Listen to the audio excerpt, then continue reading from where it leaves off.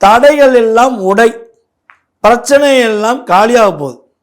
போட்டி போறாம எப்படியோ இவன் முன்னேறிறான், இவன் மட்டும் எப்படி முன்னேறான்.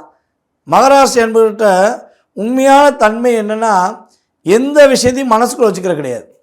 எல்லாத்தையும் ஒரு புதிய முயற்சி எடுக்கிறதா இருந்தாலும் சரி, புதிய விஷயங்கள் செய்வதாக இருந்தாலும் சரி, வெளிப்படையாக பக்கத்தில் உள்ளவங்கள்ட்ட சொல்லிடுவீங்க. இதை அப்படியே காப்பி பண்ணி ஜெராக்ஸ் போட்டு சேல்ஸ் பண்ணிடுவாங்க மற்ற நபர்கள். அப்போ நீங்கள் முன்னேறினாலும் அவங்களுக்கு பிடிக்காது, நீங்கள் முயற்சி எடுத்தாலும் பிடிக்காது.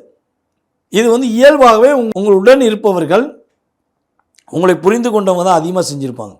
நல்லா வாட்ச் பண்ணி பாருங்கள், செக் பண்ணி பாருங்கள். இதெல்லாம் ஒரு பெரிய தடையாக இருக்குது, போட்டி பொறாமையாக இருக்குது. உங்களோட தொழிலில் நீங்கள் வீழ்ந்தே ஆகணும், உயர்ந்து போகக்கூடாதுங்கிறக்காண்டி ஒரு கங்கணம் கட்டிட்டு அலைவாங்க ஒரு கூட்டம்.